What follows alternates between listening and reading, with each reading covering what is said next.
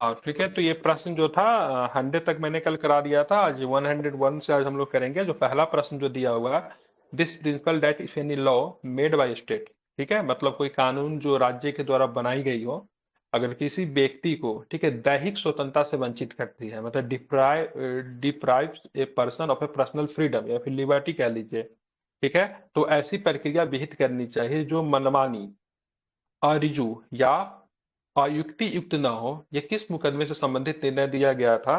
तो ये निर्णय जो था मेनका गांधी बनाम भारत संघ का मुकदमा था, 1978 का मुकदमा था। इसमें सोनिया गांधी बोला, मेनका गांधी का पासपोर्ट को जब्त कर लिया गया था।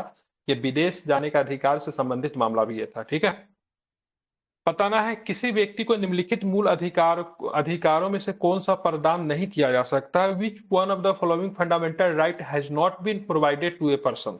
ठीक है, अब देखते हैं इसका ऑप्शन से कौन सा मूल अधिकार व्यक्ति को नहीं दिया जा सकता। एक ही अपराध के लिए एक से अधिक बार अभियोजन दंड के विरुद्ध सनीक्षण, ये तो मिला हुआ है ना। कोई भी व्यक्ति अगर एक अपराध करता है तो उसको एक से अधिक बार उसको दंड नहीं दिया जा सकता है, ये तो मिला हुआ है। अपने विरुद्ध अभियोजन के समर्थन के साक्ष्य के रूप में अपने हस्तलेख या नमूना देने से इनकार, मतलब कहने का मतलब है अगर आप मतलब खुद के विरुद्ध गवाही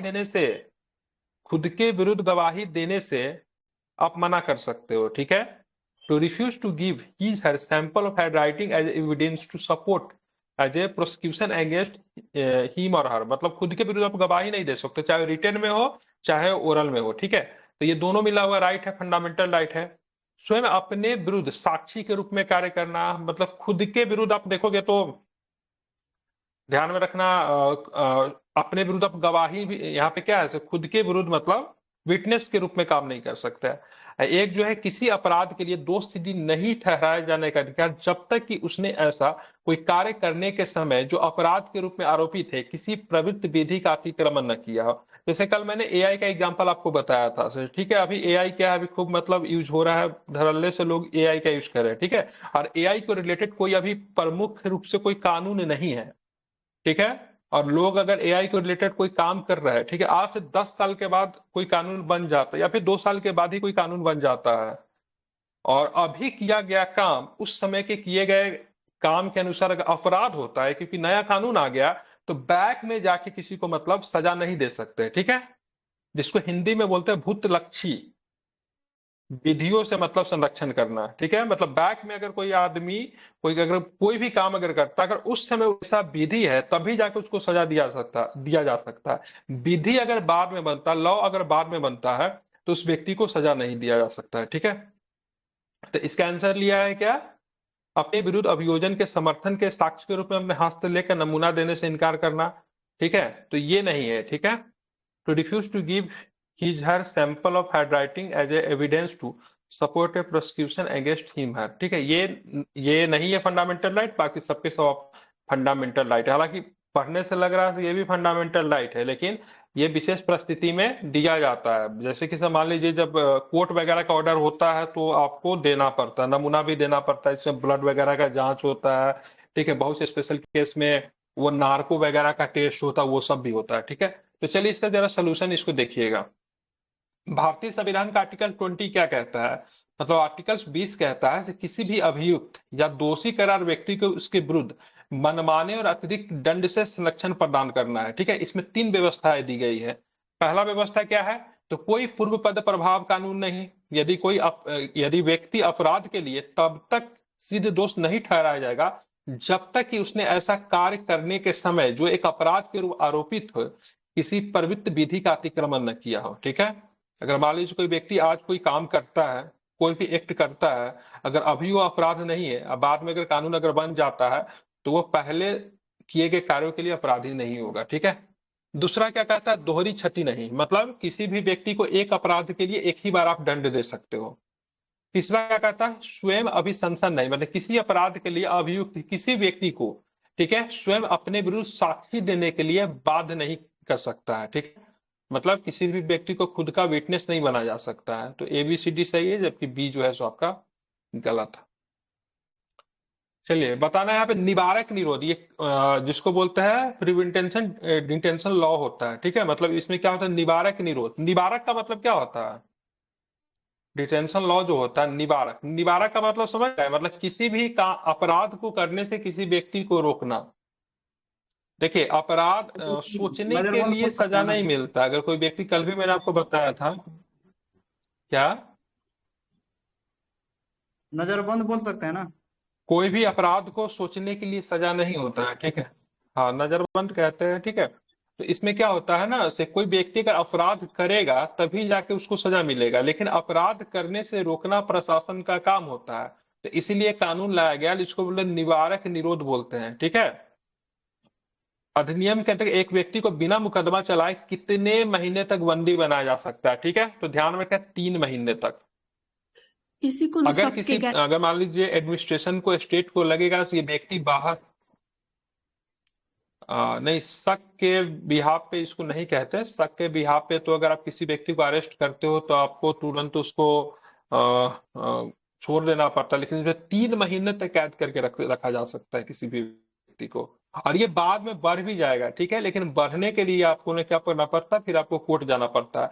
लेकिन बिना कोर्ट जाए किसी व्यक्ति को 3 महीना तक, अधिकतम 3 महीना तक बिना मुकदमा चलाए, ठीक है, उनको एक तरह के देखेंगे तो अरेस्ट करके रख सकते हैं, जिसको बोलते हैं नजरबंद करना, ठीक है। और ये किस में है, तो ये आर्टिकल 22 का सब क्लोज 4 में है, ठीक है। 3 महीना आपको ध्यान में रखना। अब आते हैं, निम्नलिखित में से कौन सा एक पद कोई भी व्यक्ति बिना सुनवाई के दंडनीय घोषित नहीं किया जाएगा, इस सूक्ति को निरूपित करता। ऊपर में इंग्लिश दिया हुआ है, ठीक है। ये सब जो है ना, ये सब जो वर्ड सब जो आप देख रहे हो, ठीक है, जिसको बोल ऑत्रे, क्या पढ़ेंगे इसको, ऑत्रे हुआ एक्टिव, ठीक है, ये सब के सब लैटिन वर्ड है, ठीक है, इसीलिए कठिन मिलता है। हमारे संविधान निर्माता को हिंदी छोड़िए इंग्लिश छोड़िए, उन्होंने लैटिन शब्दों का प्रयोग किया, इसलिए थोड़ा सा काफी कठिन हो जाता है, ठीक है। नॉन विस इस आइडेम, अतुरुफागा कन्विक्ट, या फिर ऑडी अल्ट्रेम पोटेम, ठीक है। तो निम्नलिखित में से कौन सा एक पद कोई भी व्यक्ति बिना सुनवाई के दंडनीय घोषित नहीं किया जाएगा, इस सूक्ति को निरूपित कौन सा करता है, ठीक है। मतलब अगर मान लीजिए कोई भी व्यक्ति अगर दोषी अगर साबित होता है तो उसके ऊपर पूरा सुनवाई होता है, ठीक है। इसीलिए एक स्टेटमेंट भी बोलते हैं, प्रूवन अंटिल गिल्टी, ठीक है। जब तक साबित नहीं हो जाता है तब तो कोई व्यक्ति क्या है, गिल्टी नहीं है। इसको आपको ध्यान में रखना चाहिए, ठीक है। तो किस में है, तो इसको बोलते हैं ऑडी ऑल्ट्रेम में कहते हैं, ठीक है। ऑडी ऑल्ट्रेम पांटेम मतलब प्राकृतिक न्याय का सिद्धांत है, जिसका अर्थ है कि कोई भी व्यक्ति बिना सुनवाई के दंडनीय घोषित नहीं किया जाएगा। प्रत्येक व्यक्ति को सुनवाई का मौका मिलना चाहिए, ठीक है, भले ही वो आदमी कितना बुरा से बुरा क्यों नहीं है, लेकिन फिर भी उसको सुनवाई का मौका मिलना चाहिए, ठीक है। ध्यान में इसको रखना। चलिए आगे हम लोग देखेंगे, तो बताइए, भारत के संविधान के अनुच्छेद 22 के अधीन गिरफ्तारी निरोध से संरक्षण किन्हें प्राप्त नहीं है, ठीक है। मतलब आर्टिकल 22 की बात करेंगे तो नागरिकों को भी मिलता है और विदेशियों को भी मिलता है, लेकिन किसे नहीं मिलेगा, तो एन इनेमी, कोई शत्रु अनदेशीय, मतलब कोई दूसरा देश का नागरिक है, मतलब विदेशी है, और साथ में शत्रु देश का भी है। कोई व्यक्ति जिसे निवारक निरोध विधि के अधीन निरुद्ध किया गया है, ठीक है, तो बिल्कुल ध्यान में रखना है, ये हो जाएगा। कोई विदेशी को तो मिलेगा ही, और साथ में कोई प्रवासी भारतीय नागरिक को भी मिलेगा। किसको नहीं मिलेगा, तो 1 और 2 को नहीं मिलेगा। तो इसका एक ही सिद्धांत ध्यान में रखना है, अगर जैसे बोला तो विदेशी 2 प्रकार के होते हैं, एक होता है, क्या होता है, एक होता है मित्र होता है, और दूसरा क्या होता है, शत्रु होगा। विदेशी का 2 कैटेगरी है, एक मित्र विदेशी और दूसरा शत्रु विदेशी, ठीक है। दूसरी बात, जिनको निवारक निरोध कानून के अंतर्गत आप गिरफ्तार किए हो, उनको भी अगर आर्टिकल 22 अगर आप दे दोगे, ठीक है, तो वो तो बाहर ही आ जाएगा। तो फिर निवारक निरोध कानून का क्या इंपॉर्टेंस रह जाएगा। इसीलिए आपको ध्यान में रखना है, जिसको भी निवारक निरोध कानून के अधीन जिनको गिरफ्तार करेंगे, जहां पे मैक्सिमम 3 महीने तक आप नजरबंद करके रख सकते हो, तो वहां पे आर्टिकल 22 काम नहीं करता है। बहुत अच्छा प्रीलिम्स का क्वेश्चन है, इसको आपको ध्यान में रखना है। और मैंने ये भी बताया था, देयर आर 2 टाइप्स ऑफ विदेशी जो होते हैं, 2 तरह के होते हैं। एक कौन होते हैं, एक शत्रु होंगे, और दूसरा कौन होंगे, मित्र होंगे, ठीक है। तो जो शत्रु विदेशी होते हैं, जैसे मान लीजिए कि पाकिस्तानी सिटीजन अगर पकड़ाता है, ठीक है, तो ऐसा तो कोई शत्रु का कॉन्सेप्ट क्या है इंडियन कॉन्स्टिट्यूशन में इसने ये तो नहीं बताया, लेकिन उसको अगर मान लीजिए कोई शत्रु अगर हम किसी कंट्री के सिटीजन को अगर मानते हैं, तो उनको आर्टिकल 22 नहीं मिलेगा, ठीक है। इंपॉर्टेंट है, इनको ध्यान में रखना। भारत में निवारक निरोध के बारे में निम्नलिखित कथनों में से कौन सा कथन सही है? तो सबसे पहले मैंने बोला था भाई, आर्टिकल 22 के सब क्लोज 4 में है, ठीक है, ध्यान में रखना है। उसके बाद अगर बात करेंगे तो निरुक्त व्यक्ति को निरोधादेश को इस आधार पर चुनौती देने का अधिकार है कि जब निरोधादेश पारित किया गया था वो उससे पहले ही जेल में था। मतलब detentum has to right to challenge the detention has a right to challenge the detentum order on the ground that was already in jail when the detention order was passed। ठीक है। तीसरा जो option जो बोल रहा है निरुक्त व्यक्ति, निरुद्ध व्यक्ति मतलब जिसको डिटेन किया गया है, ठीक है, इस आधार पर जमानत का दावा कर सकता है कि वो मजिस्ट्रेट के किसी आदेश के बिना 24 घंटे से अधिक कारागार में रह चुका है। ठीक है, अब आते हैं इसका सही आंसर क्या है। तो ध्यान में रख, पहले ही तो आपको पता ही है सो भाई साहब, जिसको भी अगर निवारक निरोध कानून के अधीन अगर गिरफ्तार करते हैं तो मजिस्ट्रेट के पास दावा नहीं कर सकता। ऐसे नॉर्मली केस में क्या होता है, नॉर्मली केस में अगर किसी व्यक्ति को अगर गिरफ्तार करते हैं तो 24 घंटे के अंदर में उनको मजिस्ट्रेट के सामने पेश करना होता है कि नहीं। अगर 24 घंटे के अंदर में किसी व्यक्ति को मजिस्ट्रेट के सामने पेश नहीं करते तो बंदी प्रत्यक्षीकरण है, आर्टिकल 32 है। लेकिन अगर निवारक निरोध कानून के अंतर्गत अगर किसी व्यक्ति को गिरफ्तार किया जाता है तो 24 घंटे के अंदर में मजिस्ट्रेट के साथ पेश करने का कोई कंडीशन नहीं होता है। और दूसरी बात, अगर मान लीजिएगा अगर किसी व्यक्ति पर यह कानून अगर लागू होता है तो वह इस ग्राउंड पे भी मतलब क्या कर सकता है, खुद को मतलब क्या होगा, वो बोल सकता है भाई साहब हम तो जेल में थे, जब हम जेल में थे तो मेरे ऊपर निवारक निरोध कानून कैसे लगेगा, क्योंकि ऑलरेडी पहले सो बंदी है। ठीक है, तो ऑप्शन नंबर 2 सही है और पहला वाला भी सही है, क्योंकि आर्टिकल किसमें है तो 22 का सब क्लोज 4 में है। ये भी आपको ध्यान में रखना है। अब इनका राइट क्या होगा, तो मान लीजिए किसी व्यक्ति को निवारक निरोध कानून के अधीन अगर किसी व्यक्ति को अगर गिरफ्तार करेंगे तो भी तो उसका फंडामेंटल राइट कुछ ना कुछ होगा ना। जेल में रहने वाले लोगों का फंडामेंटल राइट है कि नहीं है ना। भोजन मिलता है भाई, पानी मिलता है कि नहीं मिलता है, सेहत खराब हो जाती है तो उनको हेल्थ मिलता है। तो जो निवारक निरोध कानून के तहत अगर किसी व्यक्ति को अगर गिरफ्तार करते हो तो 22 का सब क्लोज 4 के अधीन गिरफ्तार होता है। 5 क्या है उसके अधिकार है, इनके लिए अधिकार अलग से बनाया गया है। ठीक है, जो कि आर्टिकल्स 22 का सब क्लोज 5 में है। ठीक है, तो उनको कौन कौन सा अधिकार मिलेगा, अब कौन कौन सा अधिकार मिलेगा, फोन वगैरह ये सब तो छीन लिया जाता। अब ये कानून कहाँ पे लागू हुआ था, अभी हाल फिलहाल में आप देखोगे 2019 में जब आर्टिकल 370 हटा था तो जम्मू कश्मीर के बहुत सारे नेताओं को गिरफ्तार करके 3-3 महीना तक जेल में रखा गया था। ठीक है, जेल में नहीं रखा, नजरबंद करके रखा गया था। निवारक निरोध कानून के अंतर्गत ही उनको नजरबंद करके रखा गया था। ठीक है, तो ये आपको ध्यान में रखना है। मतलब कहता है भारतीय संविधान का अनुच्छेद 22 कुछ दशाओं में गिरफ्तारी निरोध से संरक्षण से संबंधित है। इस अनुच्छेद के खंड 4 और 5 में निरुद्ध व्यक्ति को अधिकार दिए गए हैं। निरुद्ध व्यक्ति को निरोधादेश को इस आधार पर चुनौती देने का अधिकार है कि जब निरोधादेश पारित किया गया तब उससे पहले ही वो क्या कहाँ था, तो जेल में था। अब आते हैं 107 नंबर क्वेश्चन, देखिए निम्नलिखित में से भारत के संविधान के कौन सा अनुच्छेद मौलिक अधिकारों का अनुच्छेद 14 तथा अनुच्छेद 19 में उल्लेखित प्रावधानों का अपवाद है। तो आर्टिकल्स 14 आर्टिकल्स 19 में अपवाद कौन सा है। ठीक है, तो ध्यान रखेंगे 31 और 31C ये अपवाद है। ये हमेशा जो आर्टिकल जो है से चर्चा में रहता है। ठीक है, अब आते इसमें है क्या, 3 आर्टिकल्स इसमें 31 का, 31A है, ध्यान रखेंगे, सॉरी 3 नहीं 2 है, 31C है। क्या क्या है इसमें, तो इसको 1978 में इसको जोड़ा गया था, इसमें हम लोग आगे विस्तार से बात करेंगे। संविधान का अनुच्छेद 31A और 31C अनुच्छेद 14 में 19 के प्रावधानों के कुछ प्रतिबंध लगाती है। ठीक है, यह प्रावधान 44वें संविधान संशोधन 1978 के द्वारा जोड़ा गया था। मतलब अगर बोलेगा अगर 31A को 31C को लागू करने के लिए अगर आर्टिकल्स 14 आर्टिकल्स 19 का भी अगर वायलेशन हो रहा है तो भी इसको लागू करेंगे। ठीक है, तो मतलब यहाँ पे कह सकते हो से 31 और 30C को क्या दिया गया, प्रभावी बनाया गया है। ठीक है, मतलब 14 और 19 के कंपेरिजन में।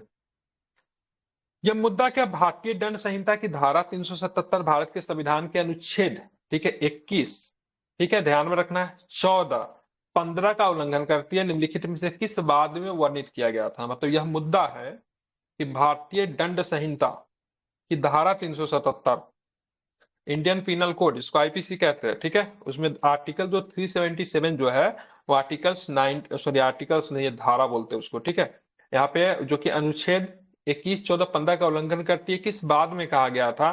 तो ध्यान में रखिएगा, नाज फाउंडेशन बनाम दिल्ली राष्ट्रीय राजधानी क्षेत्र। अब यहाँ पे आईपीसी में के 377 में क्या है, कोई बता सकते हो आप में से? ठीक है, कोई?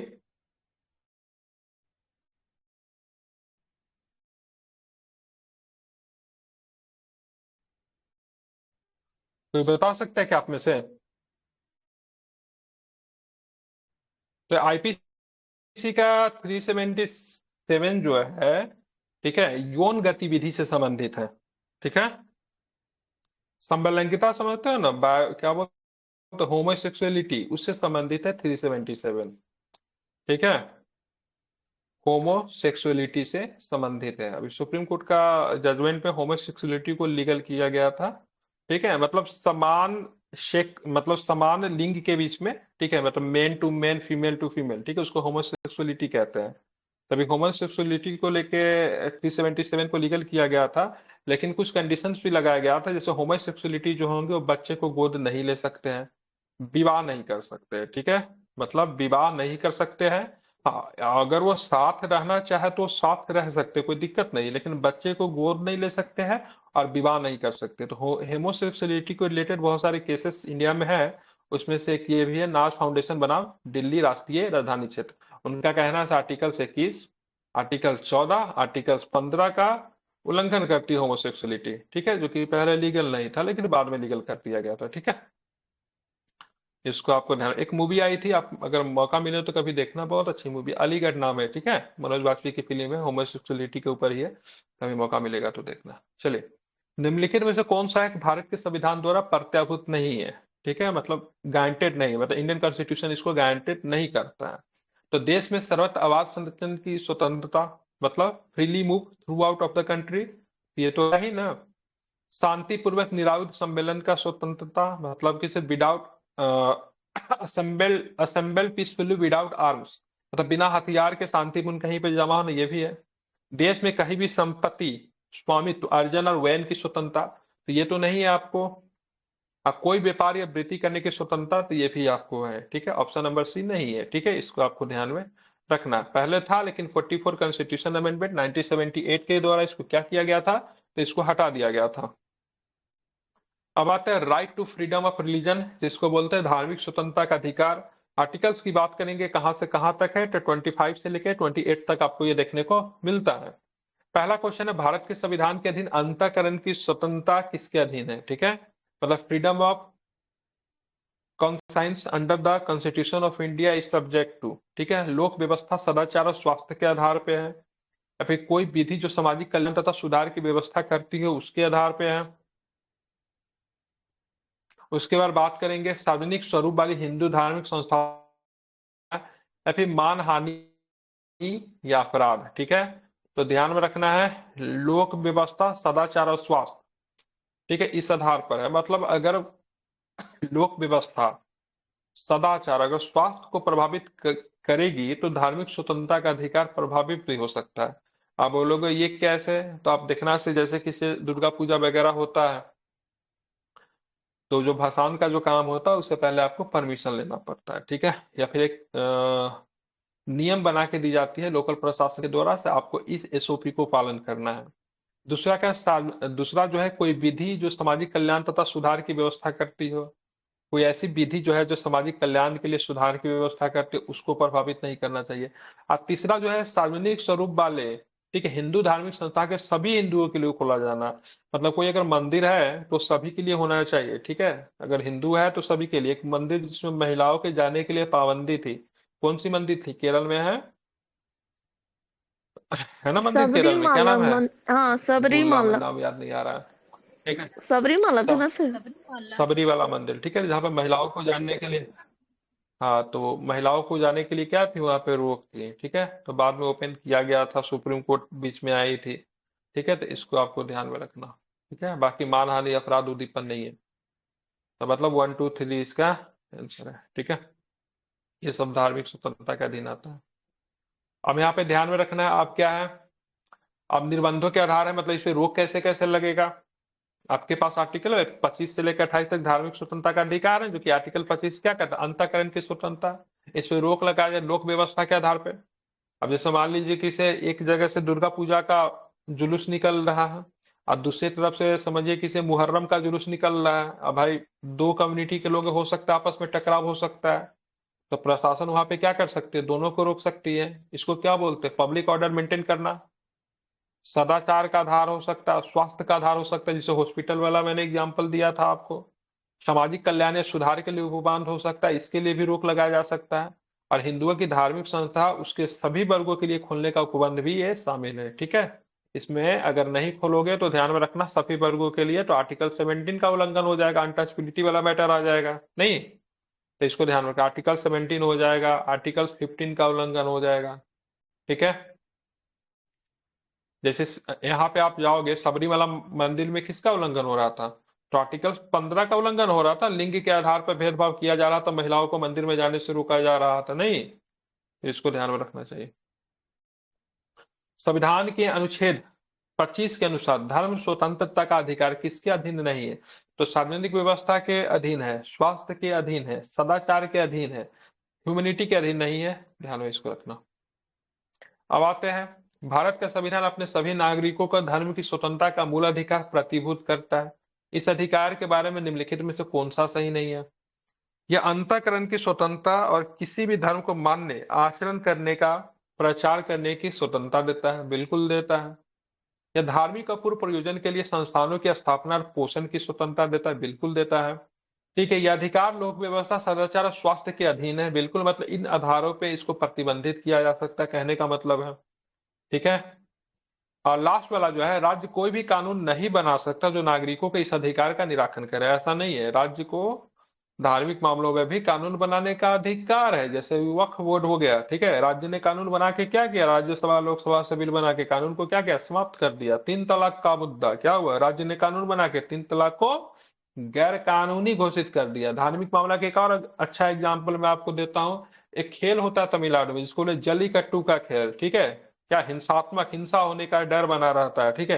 राज्य ने कानून बनाकर क्या किया, उसे प्रतिबंधित कर दिया। तो धार्मिक मामलों में राज्य को कानून बनाने का अधिकार है, मतलब राज्य अगर चाहे तो हस्तक्षेप कर सकते हैं। किस आधार पर हस्तक्षेप करेगी राज्य, लोक व्यवस्था, सदाचार, स्वास्थ्य। अब बोलोगे सर इसका एग्जाम्पल क्या आएगा, तो ध्यान रखना, स्वास्थ्य को लेकर जल्लीकट्टू वाला मैटर आप ले लीजिए, क्या होगा उसमें, क्या होता है, लोग जमीन पे लेटे रहते हैं, बैल आती है दौड़ती है, ठीक है, किसी के शरीर पे भी जा सकता है, इसमें काफी मौतें होती थी, उसको आधार बनाकर। सदाचार, मोरालिटी, मोरली रूप से खराब था ना ये 3 तलाक का मुद्दा, महिलाओं के लिए कितना नैतिकता को देखते हुए खराब था, ठीक है। लोक व्यवस्था, इस आधार पे भी राज्य चाहे तो कानून बना के इसको प्रभावित कर सकती है, ठीक है, इसको आपको ध्यान में रखना। राज्य धर्म की स्वतंत्रता का अधिकार को कम करने के लिए उपयुक्त 3 आधारों पर कानून बना सकती है, ठीक है। जैसे मैंने जस्ट अभी मेंटेन किया, पहला अधिकार लोक व्यवस्था, पब्लिक ऑर्डर को मेंटेन करना, सदाचार, जैसे मैंने एग्जांपल दिया 3 तलाक वाला, और स्वास्थ्य को लेकर एग्जांपल दिया, कोई ऐसा मतलब मान लीजिए कोई ऐसा लोगों में जैसे मान लीजिए पहले जो था ना कोंड जनजाति नाम का थी, उसमें नर बलि का प्रथा विद्यमान था भाई। तो अभी कोई बोलेगा कि भाई नर बलि का आदमी को बलि देना मेरा एक धार्मिक मान्यता है और संविधान से हमको 25 से लेकर 28 तक धार्मिक स्वतंत्रता हमको मिला हुआ है, तो हमको नर बलि देने दिया जाए, तो दैट्स नॉट राइट, ठीक है। राज्य इसके लिए कड़े प्रबंध कर सकती है, ठीक है। तो इसको मतलब धार्मिक स्वतंत्रता का उल्लंघन नहीं माना जाएगा, ठीक है, क्योंकि इसमें 3 हवाला दिया हुआ है, इसको आपको ध्यान में रखना है। धार्मिक स्वतंत्रता के अधिकार के प्रावधान के अंतर्गत सम्मिलित है, ठीक है।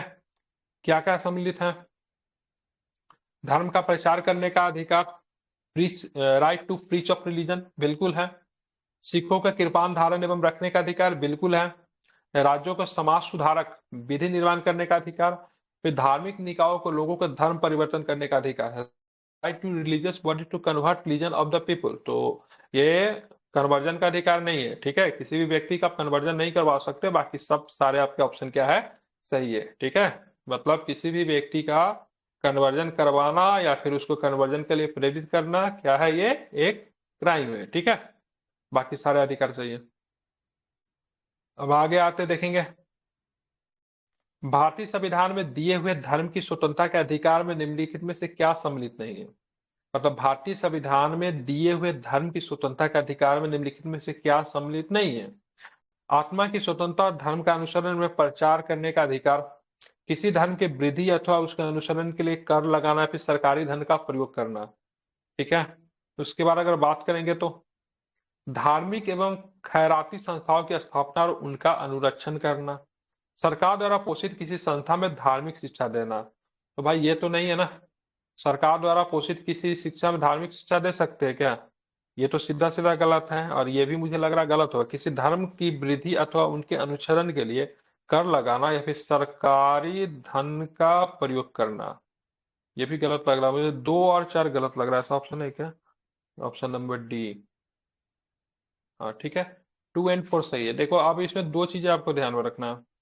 अब यहाँ पे 2 चीजें क्या ध्यान में रखोगे, तो क्या यहाँ पे बहुत अच्छा क्वेश्चन बन रहा है, किसी धर्म की वृद्धि अथवा उसके अनुसरण के लिए कर लगाना या फिर सरकारी धन का प्रयोग करना। ठीक है, 2 चीजें निकल कर आती है। कर लगाना मतलब टैक्स, टैक्स क्या होता है? कर उस पर लगाना, टैक्स लेना, या फिर सरकारी धन का प्रयोग करना। सरकारी धन का प्रयोग तो कोई धार्मिक संस्था नहीं कर सकती है, लेकिन कर लगाने का अधिकार है क्या?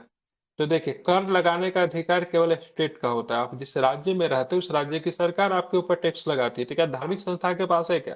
तो धार्मिक संस्था एक तरह से कर तो नहीं लगाती, लेकिन छोटा सा टोकन अमाउंट जरूर लेती है। जैसे आप मंदिर में पूजा करने गए, ठीक है, तो पूजा करने से पहले आपको पर्ची कटवाना पड़ता है। 200-250 का पर्ची कटवा के लाते हो। बाइक पूजा करवाने जाओ, उसका भी पर्ची कटवा रहे हो। ठीक है, प्रसाद ले रहे हो, उसका भी पर्ची कटवा रहे हो। तो कहीं ना कहीं से क्या धार्मिक संस्था आपसे क्या पैसे वसूल रही है। ठीक है, तो वो उनके पास अधिकार है, इसलिए कर। लेकिन सरकारी धन का प्रयोग नहीं किया जा सकता है किसी भी धार्मिक संस्था में। ठीक है, ध्यान में इसको रखना।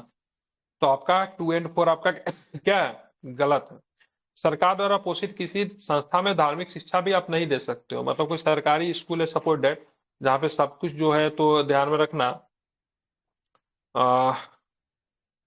क्या है, ध्यान में रखना क्या होता है, सरकारें मतलब करती है, तो वहां पे आप किसी प्रकार का धार्मिक संस्था नहीं दे, धार्मिक शिक्षा नहीं दे सकते हो। कोई भी धार्मिक संस्था जो होता है कर नहीं लगाती है, टोकन अमाउंट लेती है। ठीक है, टोकन अमाउंट क्यों लेती है भाई? तो अपने धर्म के वृद्धि के लिए।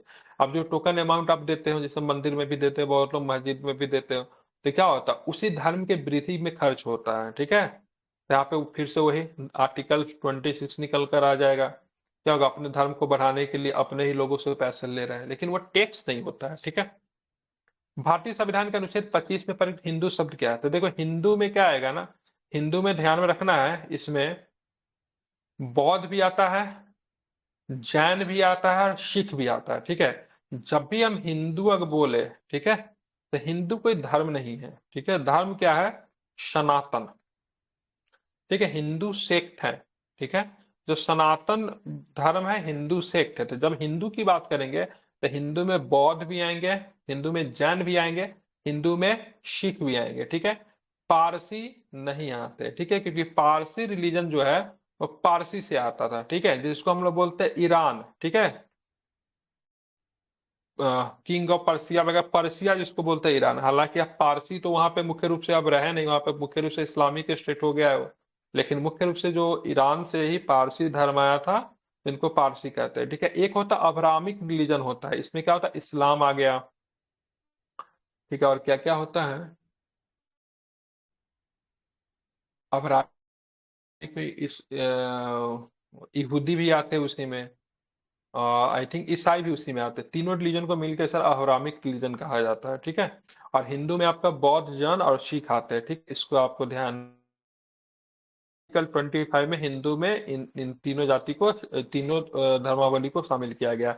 सिख भी है, बौद्ध भी है और जैन भी है। ठीक है, अब बात करेंगे भारतीय संविधान के अंतर्गत किसी समुदाय को अल्पमत समुदाय किस आधार पर घोषित किया जाता है। ठीक है, तो ध्यान में रखना है हमारे यहाँ, तो ध्यान में हमारे यहाँ अल्पसंख्यक, अल्पसंख्यक का एक ही एग्जाम्पल है। ठीक है, ध्यान में भाषाई अल्पसंख्यक। ठीक है, धार्मिक और भाषाई अल्पसंख्यक। हमारे यहाँ कैसा अल्पसंख्यक है? धार्मिक एवं भाषाई। ठीक है, ध्यान में रखना। तो अल्पसंख्यक का आधार है ये धर्म तथा भाषा। ठीक है, ये तो धर्म होगा या फिर अथवा भाषा होगा, और कोई भी आधार नहीं अल्पसंख्यक बनने का। भारतीय संविधान केवल धार्मिक एवं भाषाई अल्पसंख्यकों को ही मान्यता देता है। संविधान के अनुच्छेद 30 के खंड 1 के अनुसार धर्म या भाषा पर आधारित सभी अल्पसंख्यक वर्गों की अपनी रुचि के शिक्षा संस्थानों की स्थापना, प्रशासन करने का अधिकार होगा। आर्टिकल 30 का सब क्लॉज 2 क्या कहता है? इसके अनुसार शिक्षा संस्थाओं को सहायता देने में राज्य किसी शिक्षा संस्था के विरुद्ध इस आधार पर भेद नहीं करेगा कि वो धर्म या भाषा पर आधारित किसी अल्पसंख्यक वर्ग के प्रबंध में है। ठीक है, तो हमारे अल्पसंख्यक कैसा है? तो धार्मिक और भाषाई अल्पसंख्यक है। ठीक है, भारतीय संविधान मान्यता देता है, तो ध्यान रखना है क्या चीज को मान्यता दे रहा है? तो धार्मिक और भाषाई अल्पसंख्यक को। ठीक है, वह व्यवस्था जो भारतीय संविधान द्वारा मान्य है। ठीक है, मतलब वह व्यवस्था जो भारतीय संविधान के द्वारा मान्य है। निजी शिक्षण संस्थाओं में धार्मिक शिक्षा नहीं दी जा सकती है। गलत है, निजी शिक्षण संस्थाओं में धार्मिक शिक्षा दी जा सकती है। हो सकता है कोई निजी शिक्षण संस्था केवल एक धर्म के लिए बनाया गया होगा, तो वहां पर दिया जा सकता है।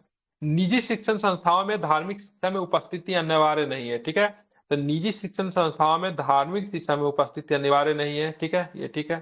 सरकारी शिक्षण संस्थाओं में धार्मिक शिक्षा दी जा सकती है, गलत है। ठीक है, तो बाकी सेकेंड नंबर ऑप्शन आपका सही है, बाकी कोई गलत नहीं है। ठीक है, बाकी सारे गलत है। कहने का मतलब भारतीय संविधान का अनुच्छेद 28 शिक्षण संस्थाओं में धार्मिक शिक्षा एवं उपासना पद्धति में उपस्थित होने से स्वतंत्रता प्रदान करता है। ठीक है, अगर कोई निजी शिक्षण संस्था है तो आप वहां पे कोई धार्मिक शिक्षा अगर दिया जा रहा है तो आप वहां पे रहो, उपस्थित रहो या फिर नहीं भी रहो, कोई मैटर नहीं, आपके ऊपर किसी प्रकार का कोई भी दबाव नहीं है। ठीक है, आर्टिकल 28 का सब क्लॉज 3 के अनुसार राज्य से मान्यता प्राप्त या राज्य निधि से सहायता पाने वाली शिक्षा संस्था में उपस्थित होने वाले किसी व्यक्ति को ऐसी संस्था में दी जाने वाली धार्मिक शिक्षा में भाग लेने के लिए या धार्मिक उपासना में उपस्थित होने के लिए तब तक बाध्य नहीं किया जाएगा। ठीक है, जब तक उस व्यक्ति को उसके संरक्षक ने सहमति नहीं दे रखी। आप चलो इसका एग्जाम्पल मैं बताता हूँ। अभी आप जाओगे तो बहुत सारे स्कूल जो होता है ना, क्रिश्चियन मिशनरी का स्कूल होता है। ठीक है, जैसे मान लीजिए कुछ एग्जांपल में बता दो, जैसे संत जोसेफ स्कूल हो गया। ठीक है, जैसे मान लीजिए संत कोलंबस हो गया, प्रभात तारा हो गया, बहुत सारा स्कूल है जो कि क्रिश्चियन मिशनरी का स्कूल है। ठीक है, और क्रिश्चियन मिशनरी का स्कूल है, निजी संस्था, तो जाहिर सी बात है इस स्कूल में कौन सी शिक्षा दी जाएगी? तो क्रिश्चियनिटी से रिलेटेड शिक्षा दी जाएगी, बिल्कुल दी जाएगी। अब उसमें कोई बच्चा है, ठीक है, जो कि मतलब हिंदू धर्म से संबंध रखता है, वो बच्चा उसमें पढ़ता है। अब उस बच्चा पे, ठीक है, आप क्रिश्चियनिटी का अगर मान लीजिए वहां पे क्रिश्चियनिटी के ऊपर अगर कोई अगर प्रीच अगर दिया जा रहा है, तो वहां पे अगर 10 बच्चा क्रिश्चियन है तो हो सकता है 2-3 बच्चा हिंदू भी हो। तो हिंदू बच्चा को रोक के नहीं रखा जा सकता, तो नहीं, तुमको ये चीजें करनी पड़ेगी। उस बच्चे के पास स्वतंत्रता होनी चाहिए से आप इस शिक्षण संस्था में आप एडमिशन लिए हो जो कि एक निजी शिक्षण संस्था है, तो आपको इन चीजों को सुनना है या फिर नहीं सुनना है। जैसे मेरी जो 2-3 क्लास जो है ना, डंकन नाम के एक स्कूल से हुई थी। ठीक है, मैंने वहां पे अपना LKG UKG 1-2 होता है ना, कुछ कुछ वो मैंने किया था, रक्सौल नाम के जगह पे वो था। तो पूरी तरीके से क्रिश्चियन के द्वारा फंडेड वो स्कूल था। ठीक है, हम लोग को जानकारी नहीं था, मैंने एडमिशन लिया तो वहां पे देखते तो अभी मैं उस चीजों को रिकॉग्नाइज कर पा रहा हूँ, क्योंकि उसमें तो बहुत छोटा था, काफी अच्छा लगता था। तो उनका ना 2-3 घंटा पढ़ाई होता था, 1-2 घंटा क्या करते थे, पूरी क्रिश्चियनिटी के ऊपर लेक्चर देते थे, तो ईसा मसीह के बारे में क्या सब बहुत सारी चीजें सब बताते थे। ठीक है, तो उस समय हम लोग नहीं समझ पाते थे, लेकिन उनका पूरा मोटो यही रहता था, तो बच्चे को शुरू से क्रिश्चियनिटी को लेकर मतलब क्या करेंगे, ट्रेंड करेंगे, आगे चल के उसके दिमाग में आ जाएगा। तो ये बात सब आगे जब पता चली तो मेरा नामांकन वहां से हटवा दिया गया।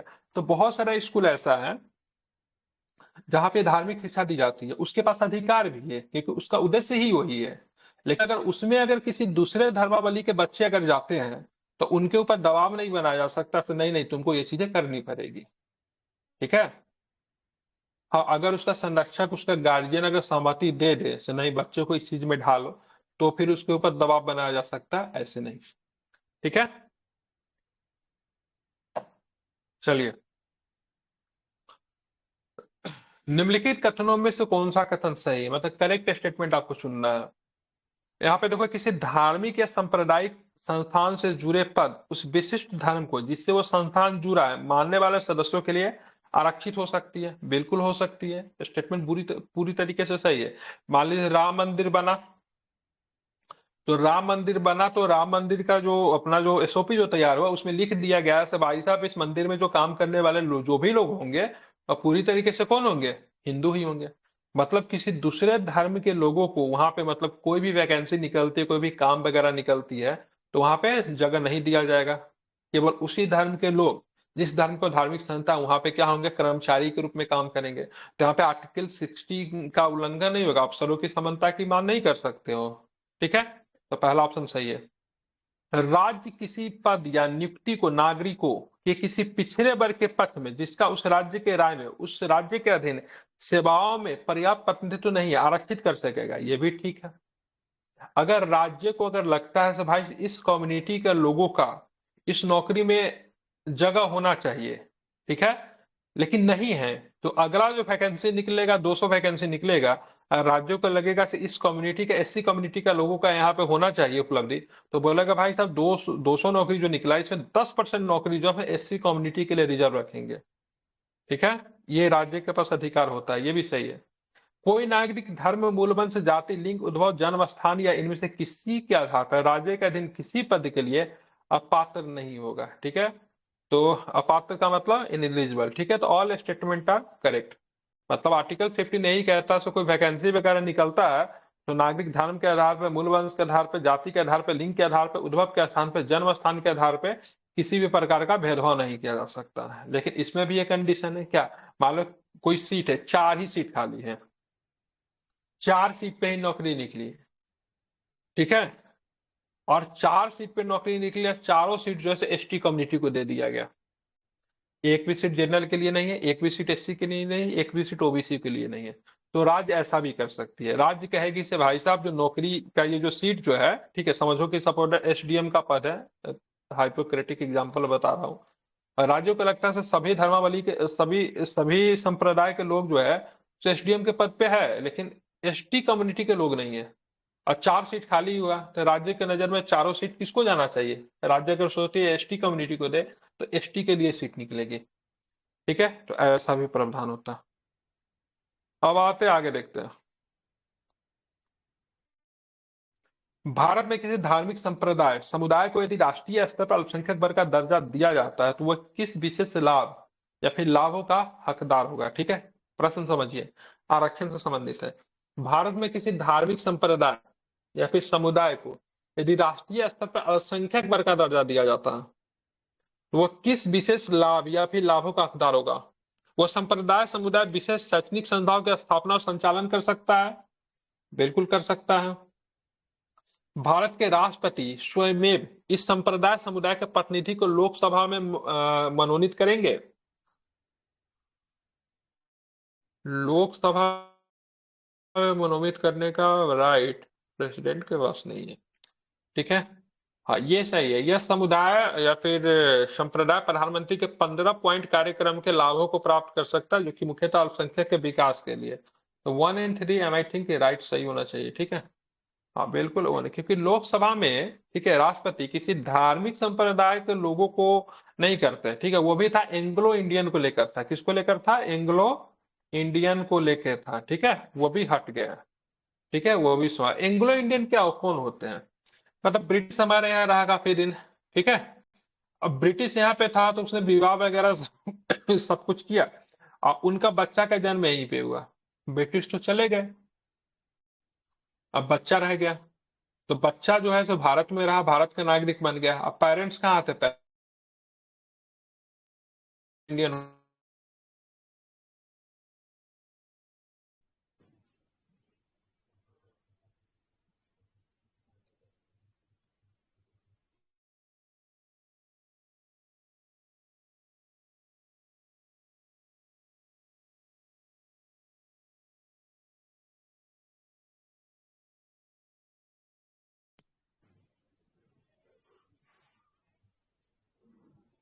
जा नहीं रही है।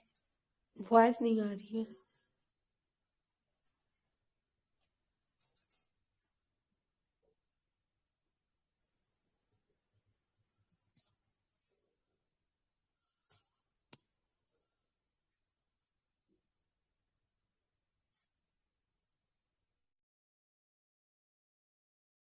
अभी ठीक है? हेलो, रही है। हेलो, आ यस, आ रही है ना? Yes sir. अब आ रही हाँ है सर सर। अभी आ रही है। और चलो ठीक है। अब देखेंगे हमारे संविधान में अल्पसंख्यक का परिभाषा नहीं दिया गया है, ठीक है। कोई अगर पूछे हमारे संविधान में अल्पसंख्यक का परिभाषा है क्या, तो सीधे बोलिएगा नहीं है। तो फिर अल्पसंख्यक कौन है, तो क्या बताओगे हमारे यहाँ अल्पसंख्यक किस आधार पर अल्पसंख्यक बनाया जाता है, ठीक है। तो ध्यान रखना है भाषाई एवं क्या धार्मिक, धर्म। ठीक है, ध्यान रखना। लेकिन संविधान में अल्पसंख्यक का परिभाषा नहीं है, यह भी आपको ध्यान में रखने वाली चीज है। अल्पसंख्यक आयोग संवैधानिक निकाय है, ठीक है। तो अल्पसंख्यक आयोग कॉन्स्टिट्यूशनल बॉडी नहीं है, ध्यान में रखना, ये सीधे गलत है, ठीक है। तो पहला ही ऑप्शन सही है, ठीक है। मतलब ए और आर दोनों सही है, परंतु ए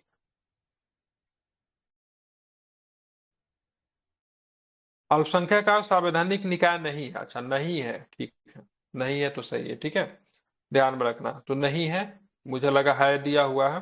तो संविधान में अल्पसंख्यक शब्द को परिभाषित नहीं किया गया है, इसमें केवल धार्मिक एवं भाषाई अल्पसंख्यक की बात कही गई है। अल्पसंख्यक आयोग की बात करेंगे तो संवैधानिक निकाय नहीं है, ध्यान में रखना। एक विधि के द्वारा स्थापित निकाय है, इसे संसद के अधिनियम राष्ट्रीय अल्पसंख्यक आयोग के अधिनियम 1992 के द्वारा इसको स्थापित किया गया था। तो अगर पूछेगा ठीक है अल्पसंख्यक आयोग की बात करेंगे, संवैधानिक निकाय नहीं है, तो क्या ओबीसी आयोग या फिर एससी आयोग ये संवैधानिक निकाय है क्या। तो ओबीसी वगैरह सबका ना बाद में ना संविधान में मेंशन कर दिया गया था, तो वो है उसके स्थापना 1993 में ही, तो वो संवैधानिक है, ठीक है। लेकिन संवैधानिक नहीं, संवैधानिक, ठीक है। और ये जो है नहीं है, ठीक है, इनके बारे में संविधान में मेंशन नहीं किया गया है, ये विधि के द्वारा स्थापित है, इसलिए विधि निकाय इसको कह सकते हैं। मूल अधिकारों को परिवर्तित करने के लिए रीट जारी कर सकते हैं, कौन कर सकते हैं, तो उच्चतम न्यायालय भी कर सकते हैं और उच्च न्यायालय भी कर सकते हैं, ठीक है। निम्नलिखित में से कौन रीट नहीं है, उत्प्रेषण है, बंदी प्रत्यक्षीकरण जिसको हैबियस कॉर्पस कहते हैं, मैंडेमस जिसको परमादेश कहते हैं, ठीक है, कौन है, तो ये सेवरेबिलिटी नहीं है, ठीक है। अब आते हैं संवैधानिक उपचारों का अधिकार जिसको बोलते हैं आर्टिकल्स 32। तो भारतीय संविधान के अनुच्छेद 32 के विषय में निम्नलिखित में से कौन सा सत्य नहीं है, वो उच्चतम न्यायालय उच्च न्यायालय के मूल अधिकारों के परिवर्तन के लिए रीट जारी करने की शक्ति देता है, बिल्कुल देता है। ये भारतीय संविधान के भाग 3 में सम्मिलित किया गया और इसलिए स्वयं एक मूल अधिकार है, बिल्कुल स्वयं भी आर्टिकल 32 भी एक मूल अधिकार ही है। डॉक्टर भीमराव अम्बेडकर भारतीय संविधान का आत्मा कहा है, बिल्कुल कहा है। जहां किसी मूल अधिकार का उल्लंघन नहीं हुआ है वहां व्यक्ति को आर्टिकल 32 के अधीन परिवाद करने का अधिकार नहीं है, तो यह भी सही है। या उच्चतम न्यायालय उच्च न्यायालय को मूल अधिकारों के परिवर्तन के लिए रीट जारी करने की शक्ति देता है, 32 में थोड़ी ना देता है, 32 में तो केवल उच्चतम न्यायालय को ही देता है, उच्च न्यायालय नहीं होगा, ठीक है। तो यही आपका गलत है, रीट जारी करने का शक्ति दोनों के पास है, लेकिन 32 का रीट केवल किसके पास है, तो एससी के पास है, सुप्रीम कोर्ट के पास है, ठीक है। तो पहला गलत है, बाकी सब कुछ सही है, ध्यान में रखना है। आर्टिकल 32 का प्रयोग कहाँ होगा, जब केवल मूल अधिकारों का हनन हुआ है, तो बाकी किसी भी कंडीशन में, ठीक है, जहां मूल अधिकारों का उल्लंघन नहीं हुआ 32 का प्रयोग नहीं होगा। पढ़िए इसको क्या कह रहा है, भारतीय संविधान के किस अनुच्छेद के अंतर्गत कोई उच्च न्यायालय मौलिक अधिकारों की रक्षा के लिए रिट जारी कर सकता है, तो उच्च न्यायालय के लिए हाईकोर्ट कौन सा है, अभी गया था ना साहब 226 बीपीएससी वाला, किस आर्टिकल के तहत गया होगा, आर्टिकल 226। Very good. आर्टिकल अब चलो, अब ये देखिए निम्नलिखित कथनों में से कौन सा सही है, भारत में अनुच्छेद 32 के अधीन संवैधानिक उपचार केवल मूल अधिकारों को मामले में उपलब्ध है, बिल्कुल। आर्टिकल 32 का प्रयोग कब होगा, केवल मूल अधिकार के मामला, मतलब फंडामेंटल राइट से संबंधित मामले रहेंगे उसी में, उन अधिकारों के मामले में नहीं जो संविधान के कुछ अन्य उपबंधों से अगुमित होते हैं, ठीक है, बिल्कुल ये भी सही है। आप चलते हैं आगे। अब यहाँ पे देखोगे उच्चतम न्यायालय और उच्च न्यायालय दोनों केवल मूल अधिकारों के परिवर्तन के प्रयोजन के लिए बंदी प्रत्यक्षीकरण, परमादेश, प्रतिषेध, उत्प्रेषण अधिकार परीक्षा रिट जारी कर सकते हैं, ठीक है। तो ध्यान में रखना है, पहला सही है, दूसरा गलत है। उच्चतम न्यायालय और उच्च न्यायालय दोनों केवल मूल अधिकारों के परिवर्तन के प्रयोजन से बंदी प्रत्यक्षीकरण, परमादेश, प्रतिषेध, उत्प्रेषण अधिकार परीक्षा के रीट जारी कर सकते। कितने हुए? 1 2 3 4 5, 5 रीट। ये केवल ना सुप्रीम कोर्ट के पास है, ठीक है। हाई कोर्ट जो होता है ना, एक एक्स्ट्रा रीट भी जारी कर देता है, उसको इंजेक्शन की कुछ कहते हैं, ठीक है। तो विशेष इसलिए बोलते हैं जो हाई कोर्ट के पास जो है ना रीट जारी करने की थोड़ी सी उसकी विशेष शक्ति, वो रीट जारी करने के लिए मना भी कर सकता है, ठीक है। ध्यान रखना, इसीलिए इसका ऑप्शन नंबर 1 लिया है। अब आते हैं संविधान के अनुच्छेद 32 को डॉक्टर भीमराव अम्बेडकर ने इसकी आत्मा कहा था, ठीक है। सॉल ऑफ द कॉन्स्टिट्यूशन, बिल्कुल ठीक है। अनुच्छेद 32 मौलिक अधिकारों के अतिक्रमण के विरुद्ध प्रभावी उपचार का प्रावधान करता है, बिल्कुल ये भी ठीक है। मतलब दोनों के दोनों स्टेटमेंट की बात करेंगे, सही है, एक दूसरे को क्या करता है, एक्सप्लेन भी करता है, इसलिए ऑप्शन नंबर 1 क्या है आपका, सही है। 128 नंबर क्वेश्चन देखिए, निम्नलिखित में से कौन से मामले में उच्च न्यायालय और उच्चतम न्यायालय की अधिकारिता, निम्नलिखित में से कौन से मामले उच्च न्यायालय और उच्चतम न्यायालय की अधिकारिता में आते हैं, ठीक है। तो उच्च न्यायालय और उच्चतम न्यायालय दोनों का अधिकारिता में कौन सा आ गया, ठीक है। तो राज्यों के बीच में परस्पर विवाद सुप्रीम कोर्ट का मामला है, केंद्र में राज्यों के बीच में विवाद सुप्रीम कोर्ट जाएगा, संविधान के उल्लंघन से संरक्षण, remedy of the violation of the constitution, मूल अधिकारों का परिवर्तन, ठीक है। क्या लिया, सी डी या फिर केवल डी, सी लिया है, क्या लिया, संविधान के उल्लंघन में संरक्षण, अच्छा ये सुप्रीम कोर्ट होगा, ठीक है, केवल यही होगा। मूल अधिकारों का परिवर्तन करने का अधिकार दोनों के पास है, ठीक है, लेकिन संविधान में उल्लंघन में संरक्षण, remedy of the violation of the constitution, guardian of the constitution, supreme court को ही कहते हैं। और जैसे दो राज्य का मामला आ जाएगा तो फिर मतलब सुप्रीम कोर्ट, उसका मूल अधिकार है वो, ठीक है। अब आते हैं देखेंगे, निम्नलिखित में से किसको संविधान द्वारा मौलिक अधिकारों को लागू करने की शक्ति दी गई है। तो मौलिक अधिकारों को लागू करने की शक्ति सर्वोच्च न्यायालय और उच्च न्यायालय को, ठीक है, इसे ध्यान में रखेंगे। चलिए अगला प्रश्न देखिए, किस अनुच्छेद के तहत भारत का कोई भी नागरिक अपने मौलिक अधिकारों को उल्लंघन है तो सीधे सर्वोच्च न्यायालय जा सकता है। आसान क्वेश्चन है, 32। बताइए, इसको पढ़िए, निम्नलिखित में से कौन सा एक आदेश किसी व्यक्ति को गैर कानूनी रूप से बंदी बनाए जाने पर उसकी स्वतंत्रता सुनिश्चित करने के लिए उच्चतम न्यायालय द्वारा जारी किया जाता है, ठीक है, उसको बोलते हैं हैबियस कॉर्पस। इस अधिकार का प्रयोग कौन करेगा, बंदी प्रत्यक्षीकरण का प्रयोग कौन करेगा, बताओ, बहुत बुद्धिमानी वाला प्रश्न है।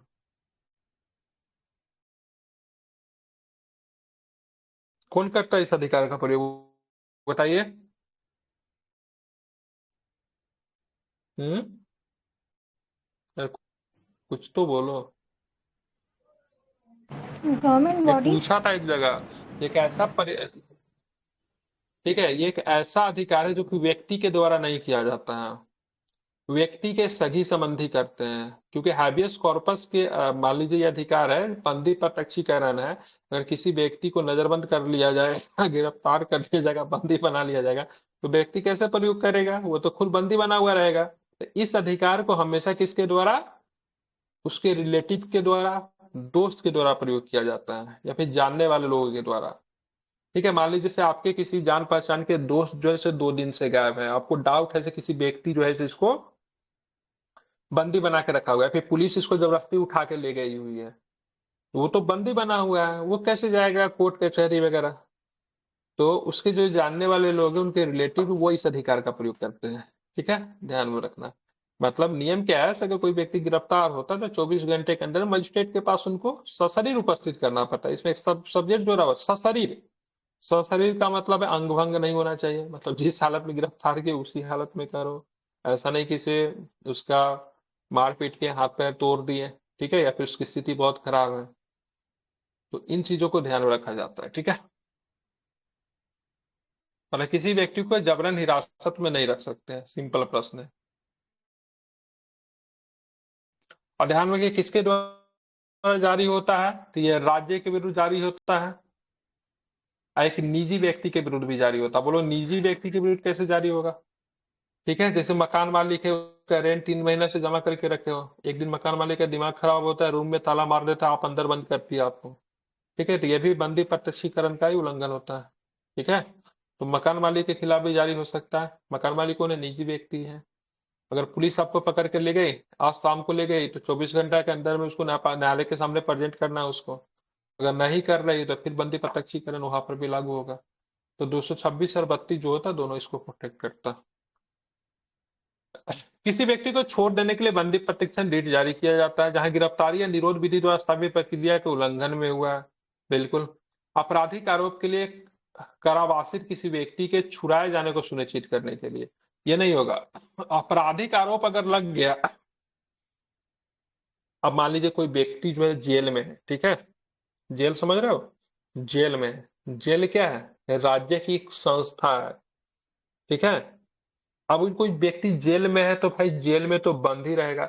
तो कोई व्यक्ति जेल में है तो वहां पर आर्टिकल 32 का प्रयोग नहीं, 32 के तहत बंदी प्रत्यक्षीकरण का केस नहीं बन सकता। ऐसे अरे नजरबंद करके रखा है, बंद करके रखा है, ठीक है। तो आपराधिक आरोप जब उस पर लग गया तो जब उसको कारावास होगा तो किसी व्यक्ति को छुड़ाने के लिए इसका प्रयोग नहीं कर सकते। वहां पे नहीं कहेंगे बंदी प्रत्यक्षीकरण है, ठीक है। समझ रहे हैं ना? एक व्यक्ति ने ऐसा किया था इसलिए बता रहा हूं। जहां गिरफ्तारी न्यायालय संसद के अवमानने के लिए हो, ठीक है, जहां गिरफ्तारी न्यायालय या संसद की अवमानना के लिए हुई हो, तो ऐसे कंडीशन में भी नहीं होता है, ठीक है। तो केवल पहला वाला कंडीशन चाहिए जहां गिरफ्तारी विधि द्वारा स्थापित प्रक्रिया के उल्लंघन में हुआ, वहां पर इसका प्रयोग करोगे, ठीक है। इसमें भी नहीं होगा और इसमें तो बिल्कुल नहीं होगा। एक व्यक्ति जो था, ठीक है, वो गिरफ्तार हो गया, तो गिरफ्तार हो गया तो वो जेल में था, तो उसने बंदी प्रत्यक्षीकरण का केस जो था वो डाला, मतलब, ठीक है। तो बोला, न्यायालय में बात की, क्या बात है? तो बोलता मुझे भाषण देने का मन करता, मैं भाषण नहीं दे पाता हूँ जेल में, ठीक है। तो मेरा फ्री ऑफ स्पीच का मतलब क्या, वायलेशन हो रहा है, ठीक है। लेकिन ध्यान में रखना, अगर आप जेल में हो तो आपका फंडामेंटल राइट आपका रहता है, ठीक है, लेकिन वो बहुत सीमित हो जाता है, ठीक है। अब कौन कौन सा फंडामेंटल राइट आपका काम करेगा? तो भोजन पानी का अधिकार, स्वच्छ वातावरण का अधिकार, ये सब तो है। लेकिन बाकी फंडामेंटल राइट जो होता है, फ्री मूविंग, फ्री स्पीच, ठीक है, ट्रैवलिंग, बहुत सारा अधिकार जो होता है वो सीमित हो जाता है, मतलब कुछ ही बचा हुआ रहता है। तो ऐसा नहीं कि आप जो है अपने अधिकारों को लेकर आर्टिकल 52 का प्रयोग करके जेल में बंद व्यक्ति भी सुप्रीम कोर्ट चला जाएगा, बोलेगा हमको भाषण देने का मन कर रहा है, हमको विदेश जाने का मन कर रहा है, नहीं जा सकते, ठीक है। ध्यान में रखिएगा। तो इसका क्या है? आर्टिकल्स, और सॉरी, वन ऑप्शन जो है सही है। अब आते हैं निम्नलिखित रीतों में से किस एक का अक्षरश अर्थ शरीर आपके पास लाया जाए, मतलब सशरीर लाया जाए, वही बोला बंदी प्रत्यक्षीकरण है। समझ रहे हैं ना? मतलब you may have the body, ठीक है। अब मान लीजिए कोई व्यक्ति गिरफ्तार हुआ, ठीक है, तो पुलिस देखेगा, कभी कभी क्या होता है ना, अच्छे से कुटाई करती है, बहुत सारे केस में क्या होता है, थाने वगैरह में देखेगा, थर्ड डिग्री जब टॉर्चर जब किया जाता है तो डेथ भी हो जाता है, नहीं हो जाता, बहुत सारा मूवी वगैरह में दिया जाएगा। तो इसीलिए बोला गया है भाई साहब, किसी व्यक्ति गिरफ्तार कर तो अंग भंग नहीं होना चाहिए, सशरीर न्यायपालिका के पास प्रस्तुत करो। निम्नलिखित में से कौन सा रीट का अर्थ है शरीर आपके शरीर है, तो वही होता है हैबियस कॉर्पस। ये सब पूछेगा कौन सा वर्ड है ना, तो लैटिन वर्ड है, ठीक है, ध्यान में रखना, ये सारे के सारे लैटिन वर्ड है।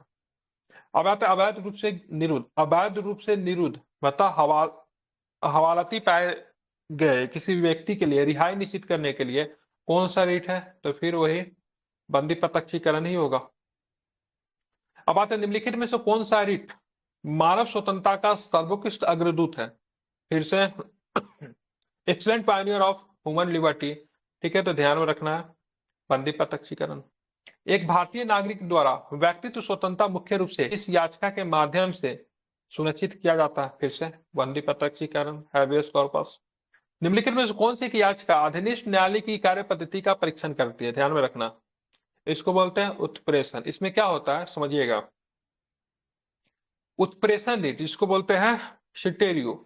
उत्प्रेषण रीट अधीनस्थ न्यायालय की कार्य पद्धति का परीक्षण करती है। उत्प्रेषण रीट केवल वरिष्ठ न्यायालय द्वारा जारी की जा सकती है, मतलब सुप्रीम कोर्ट जो है किस पे जारी कर सकती है? हाई कोर्ट पे जारी कर सकती है। हाई कोर्ट जो है, ध्यान रखना है, डिस्ट्रिक्ट कोर्ट कह लीजिए, अधीनस्थ न्यायालय कह लीजिए, उस पर जारी करती है। अभी क्या होता है तो देखना, हमारे यहाँ जो न्यायपालिका जो है ना, एकीकृत है, मतलब यूनिफाइड है, एकीकृत है और स्वतंत्र है, ठीक है। मतलब न्यायपालिका एक दूसरे से स्वतंत्र नहीं है, मतलब एक न्यायपालिका, मतलब वरिष्ठ न्यायपालिका अपने से नीचे वाले न्यायपालिका पे एक तरह से चेक एंड बैलेंस बना के रखती है, इसीलिए सिटीड को उत्प्रेषण रीट जारी किया जाता है। इसमें क्या होता है, वरिष्ठ न्यायपालिका जो होती है वरिष्ठ न्यायालय द्वारा जारी की जाती है। उस प्रेषण में कनिष्ठ न्यायालय मतलब नीचे का न्यायालय या फिर अधिकरण के आदेशों के विरुद्ध निर्देश देता है। जब कोई निचली अदालत या सरकारी अधिकारी बिना अधिकार के कोई कार्य करता है, मान लीजिए कोई केस है, अब केस जो है से हाई कोर्ट के मुद्दा से बाहर है, मतलब मान लीजिए किसी राज्य के बीच में विवाद है, ठीक है, किसी राज्य के बीच में विवाद है, दो राज्यों के बीच में विवाद है, तो ये मामला हाई कोर्ट का तो नहीं है, लेकिन अगर हाई कोर्ट उस मामला को सुन रहा है तो सुप्रीम कोर्ट तुरंत बोलेगा इस रीट का प्रयोग करते हुए ये तुम्हारा अधिकार क्षेत्र का बात नहीं है, मेरे पास भेजो, ठीक है। उच्चतम न्यायालय, उच्च न्यायालय उसके समक्ष विचाराधीन मामले को प्रेषण रीट द्वारा ऊपर की अदालत या फिर अधिकारी को हस्तांतरित कर देता है। किसी न्यायालय अथवा अधिकरण के आदेश को रद्द करने के लिए उत्प्रेषण रीट जारी किया जाता है। ऐसे कंडीशन में ध्यान में रखना है, पहले तो बोला जाएगा कि भाई तुम्हारा अधिकार क्षेत्र के ही बाहर है, मेरे पास भेज दो, या फिर अगर मान लीजिए अगर फैसला भी अगर सुना दिया गया तो उस फैसला को क्या किया जाएगा, रद्द किया जाएगा। कभी कभी पूछते हैं से उत्प्रेषण रीट को और क्या कहते हैं, तो इसको पोस्टमार्टम कहते हैं, ठीक है, क्योंकि यह किसी अधीनस्थ न्यायालय द्वारा पारित आदेश की वैधानिकता की जांच करता है। मान लीजिए से वो मामला जो था हाई कोर्ट का था ही नहीं, हाई कोर्ट ने जजमेंट वगैरह सब कुछ सुना दिया है, तो सुप्रीम कोर्ट क्या करेगा, उसकी जांच करेगा, ठीक है, इसलिए इसको पोस्टमार्टम कहते हैं। उत्प्रेषण रीट तब जारी की जाती है जब कार्यवाही समाप्त हो जाती है, अर्थात रीट कार्यवाही के समाप्ति के बाद सक्रिय होती है, ठीक है। इसमें दो तरह का रीट है, आगे चल के कंफ्यूजन होगा, इसलिए ध्यान में रखना। ये जो रीट जो है उत्प्रेषण, ये कार्यवाही को समाप्त होने पर जारी किया जाता है, ठीक है। जैसे मान लीजिए फाइनल जजमेंट जो है नीचे की अदालत के द्वारा दे दिया गया, सुप्रीम कोर्ट को पता चले, सुप्रीम कोर्ट उसकी क्या करेगी, जांच करेगा, ठीक है, या फिर जजमेंट को रद्द कर देगा क्योंकि उसके अधिकार क्षेत्र से बाहर में था। तो कार्यवाही के फाइनल होने पे, ठीक है, एक जो होता है ना कार्यवाही को बीच में ही रोक देती है, कार्यवाही चल रहा है तो उसको बीच में ही रोक देगी, ठीक है, सिटेरियो जिसको उत्प्रेषण कहते हैं, वो फाइनल जजमेंट आने को उसको नल एंड अवॉइड करती है, ठीक है, उसको पूरी तरीके से क्या करती है, समाप्त कर देती है। वरिष्ठ न्यायालय द्वारा उत्प्रेषण रीट निम्नलिखित में से किससे जारी किया जाता है? किसी विशेष बाद में आगे की कार्रवाई रोकने हेतु अवर न्यायालय को, या फिर किसी बाद में कार्रवाइयों के अभिलेख पुनर्वलोकन हेतु अंतरण करने के लिए अवर न्यायालय को, मतलब नीचे के न्यायालय को। किसी विशेष पद को धारण करने का अधिकार दर्शित करने हेतु किसी अधिकारी को, या फिर किसी विरुद्ध रखे गए व्यक्ति को 24 घंटे के अंदर न्यायालय के समक्ष प्रस्तुत करने के लिए, इसके लिए तो बंदी प्रत्यक्षीकरण होता है। तो ध्यान में रखना है, किसी बाद में कार्यवाहियों के अभिलेख पुनर्वलोकन हेतु अंतरण करने के लिए अवर न्यायालय को। An inferior court to transfer the record of proceeding in case for review, ठीक है, मतलब जो जजमेंट तुमने दे दिया उसका हम क्या करेंगे, रिव्यू करेंगे, तो इसके लिए जारी किया जाता है, इसको आपको ध्यान में रखना है। ऊपरी न्यायालय द्वारा अधीनस्थ न्यायालय को उत्प्रेषण रीट जारी किया जाता है, कब? तो ध्यान में रखना है क्या है, एक अधीनस्थ न्यायालय को या वह पुनरीक्षण रिव्यू हेतु एक मामले विशेष की कार्रवाई का अभिलेख उन्हें हस्तांतरित कर दे, या फिर एक अधीनस्थ न्यायालय सबऑर्डिनेट कोर्ट होता है, मतलब नीचे का न्यायालय जो होता है सो उसको बोलते हैं। एक अधीनस्थ न्यायालय को वह किसी मामले में विशेष अग्रतर कार्रवाई को रोक दे, या फिर एक अधिकारी को वह पद विशेष पर बने रहने के अधिकार को बनाए रखने के लिए, या फिर एक पब्लिक अथॉरिटी को कि वह किसी बंधक बनाए गए व्यक्ति को न्यायालय में 24 घंटे प्रस्तुत करे। तो पहला सही है, मतलब क्या है, to subordinate court to transfer the file of a special case to him for review, मतलब जो नीचे के न्यायालय जो होता है अपने ऊपरी न्यायालय को जो केस जो रहेगा प्रोसीडिंग का उसको भेजेगा, ताकि जो ऊपरी न्यायालय जो है वो क्या करे, उसका रिव्यू करे। मतलब हाई कोर्ट सुप्रीम कोर्ट को भेज सकता है, या फिर अधीनस्थ न्यायालय जो होगा उससे मांग कर सकता है, हाई कोर्ट कर सकता है। अब देखेंगे किसी न्यायालय द्वारा न्यायाधिकरण के आदेश को रद्द करने के लिए निम्नलिखित में से कौन सा रीट जारी किया जाएगा, तो वही उत्प्रेषण, ठीक है, ध्यान में रखना। जैसे कि मान लीजिए अभी जो बीपीएससी वाला जो फैसला हुआ, ठीक है, तो यहाँ पे सुप्रीम कोर्ट वैसे तो वैसा कुछ कनेक्शन नहीं, लेकिन फिर भी बता दे रहा हूँ, हाई कोर्ट ने जजमेंट जो था बिल्कुल फेवर में नहीं दिया, अब उसने जजमेंट सुना दिया है, तो हो सकता है सुप्रीम कोर्ट उसको रिव्यू, मान लीजिए सुप्रीम कोर्ट में केस नहीं जाता तो सुप्रीम कोर्ट जो था स्वतः संज्ञान लेती, हाई कोर्ट ने फैसलों को पूरी तरह से रद्द कर दिया तो सुप्रीम कोर्ट स्वतः संज्ञान लेती और उत्प्रेषण रीट को जारी करती, और जो प्रोसीडिंग वगैरह जो था खुद मंगा लेती, ठीक है, और उसका रिव्यू करते हुए हाई कोर्ट को फटकार लगाती और उसके सारे जजमेंट को क्या करती, समाप्त कर देती। अभी हाल फिलहाल में इलाहाबाद हाई कोर्ट ने एक फैसला दिया था लड़कियों को लेकर, सो उसके बॉडी वगैरह को कुछ था टच वगैरह करना, ठीक है, ये सब करना जो होगा ना, सो रेप के कैटेगरी में नहीं आएगा, ठीक है। तो उसको सुप्रीम कोर्ट ने स्वतः ही मतलब संज्ञान लिया और उस फैसला को बोला रद्द करने के लिए, बोला ये ठीक बात नहीं है। अभी हाल फिलहाल में देखा होगा आप लोग न्यूज वगैरह देखते हो, 1-2 दिन पहले का ही है, ठीक है। ऐसा ही कुछ मामला था, एग्जैक्ट मुझे नहीं पता है, लेकिन सुप्रीम कोर्ट ने इसको स्वतः संज्ञान लेते हुए, ठीक है, इसको वो किया था, ठीक है। तो ऐसे कंडीशन में उत्प्रेषण रिट जारी जो होता है उच्च मतलब जो वरिष्ठ न्यायालय के द्वारा जारी किया जाए। हाई कोर्ट के सेंस में सुप्रीम कोर्ट वरिष्ठ न्यायालय होगा, अधीनस्थ न्यायालय के केस में हाई कोर्ट बड़ा न्यायालय होगा। चलिए आगे देखेंगे। बताइए, निम्नलिखित संवैधानिक उपचारों में से किसे पोस्टमार्टम भी कहा जाए? अभी जस्ट मैंने बताया ना, पोस्टमार्टम किसको बोलते हैं, तो यहाँ पे उत्प्रेषण को बोलते हैं, क्योंकि जजमेंट को पूरी तरह से नल एंड वाइड कर देता है। भारत के संविधान का जो प्रतिषेध रिट किस आदेश से संबंधित है? न्यायिक कल प्राधिकार के खिलाफ दिया गया आदेश, मतलब issued against judicial and quasi judicial authority. अवर न्यायालयों के किसी विशिष्ट मामले में जहां उसे विचार करने की अधिकारता नहीं है, कार्यवाही करने से रोकना, या फिर बिल्कुल इसमें देखिए उत्प्रेषण जो था ना कार्यवाही के बाद आता था, बोला था ना, तो कार्यवाही के बाद आएगा, जहां पे फाइनल जजमेंट जो है निचली अदालत ने दे दिया है। ये जो जारी होता है प्रतिषेध, ठीक है, ये कब जारी होता है? जब कार्यवाही चल रहा है तो उसको रोक देगा, ठीक है, बीच में उसको रोक देगा। अब पहला वाला तो सही है। अब किसके खिलाफ जानेंगे? तो न्यायिक के खिलाफ भी, न्यायिक मतलब पूरी तरीके से जुडिशियल बॉडी होगा उसके खिलाफ भी, अब क्वासी जुडिशियल बॉडी जो होगा उनके खिलाफ भी, ठीक है। क्वासी जुडिशियल बॉडी क्या होता है उसके ऊपर हम लोग बताएंगे, जिनको सजा देने का अधिकार नहीं होता है, ठीक है, ध्यान में रखना। तो 1 और 2 जो है वो सही है, तीसरा गलत है। किसी व्यक्ति जो किसी सार्वजनिक पद पर हो जिसके लिए वह हकदार नहीं हो, तो इसके लिए अधिकार परीक्षा जारी किया जाता है, तो पहला दूसरा सही है। तो उत्प्रेषण से आप क्या समझते हो? जजमेंट का फाइनलाइज आ गया, उच्चतम न्यायालय जो उसकी जांच करेगी, और ये क्या ना प्रतिषेध क्या है, मतलब रोकना, मतलब जजमेंट अभी आया नहीं है फाइनल, निचली अदालत ने जजमेंट फाइनल नहीं दिया, वो प्रोसेस में है अभी, ठीक है, उसी से उसको रोक देंगे, तो भाई साहब रुक जाओ, ये तुम्हारा अधिकार की बात नहीं है, तुमको इस पे फाइनल जजमेंट नहीं देना है, ठीक है ना।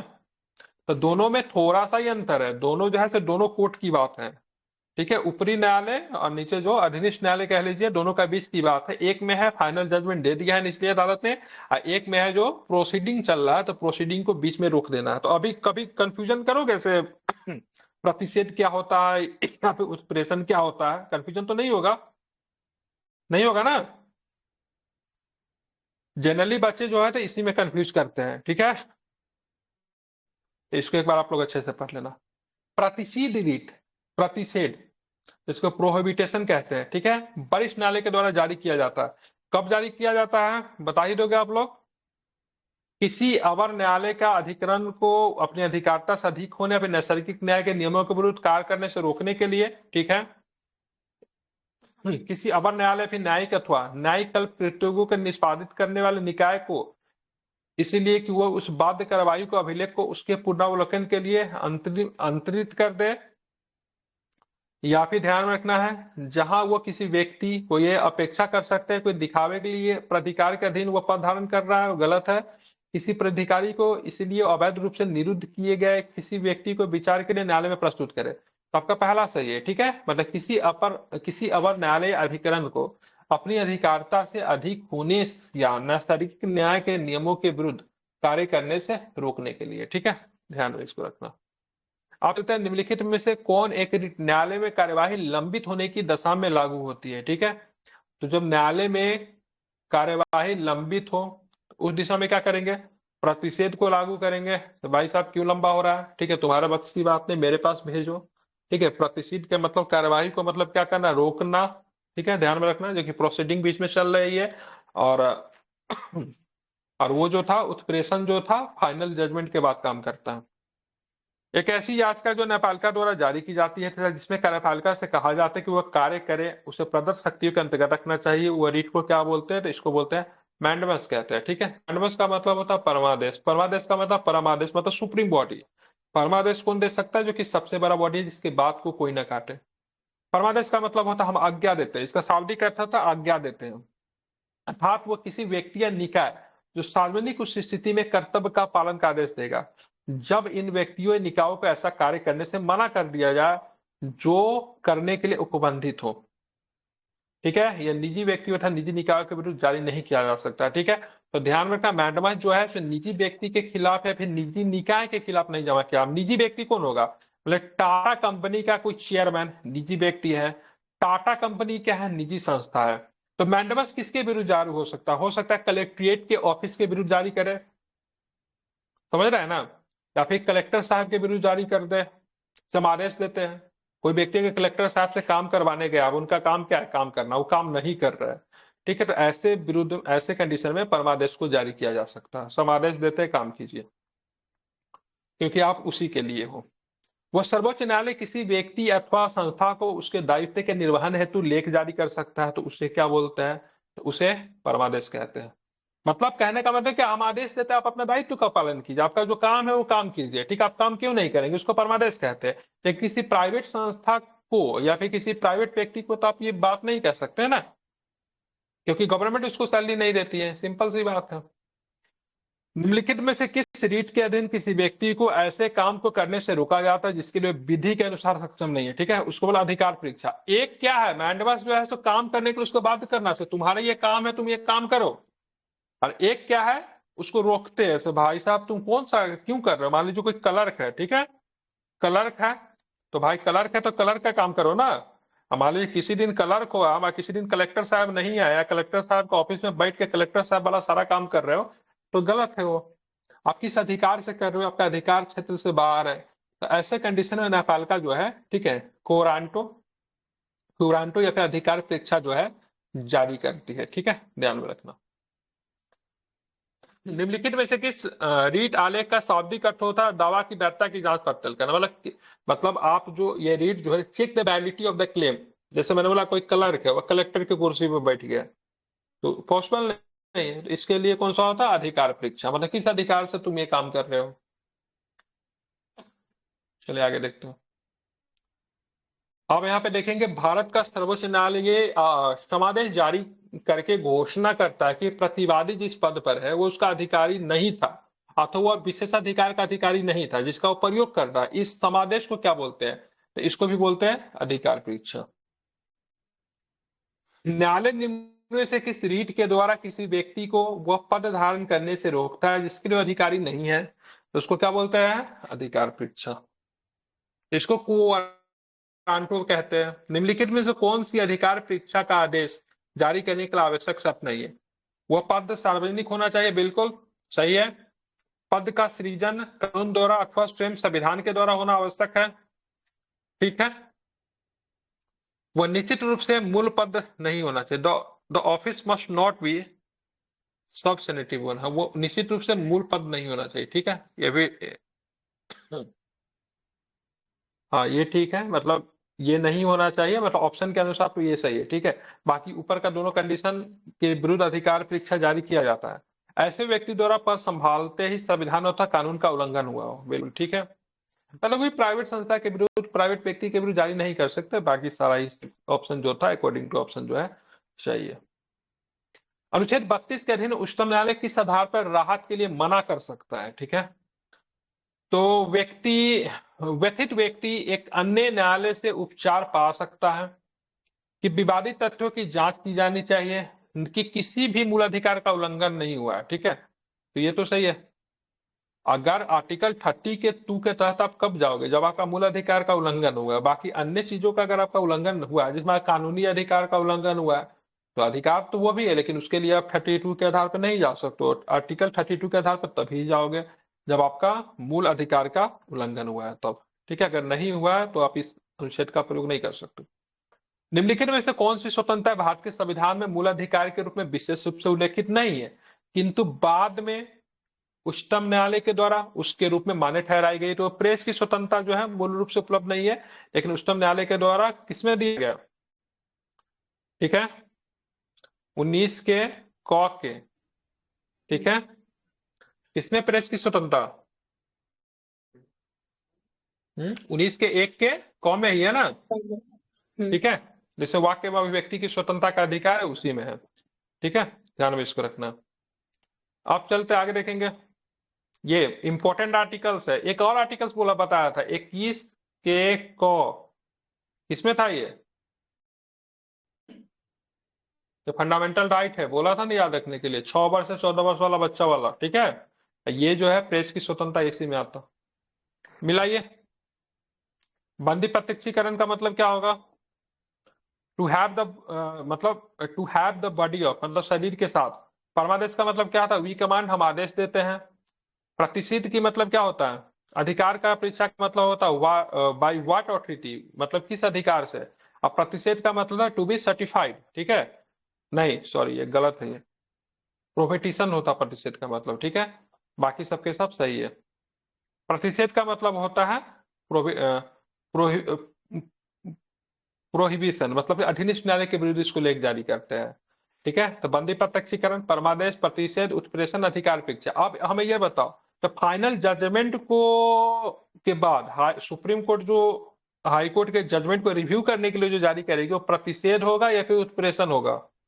उत्प्रेषण होगा।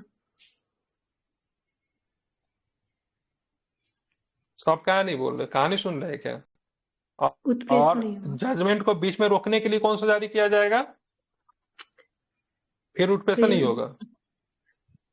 प्रोसीडिंग चल रही है, बीच में अगर प्रोसीडिंग अगर चल रही है तो उसके लिए कौन सा जारी किया जाएगा? प्रति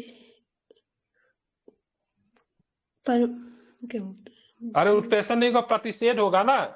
उत्प्रेषण क्या होता है? फाइनल जजमेंट, अगर नीचे की अदालत फाइनल जजमेंट दे दिया तो उसको रिव्यू करती है, ठीक है।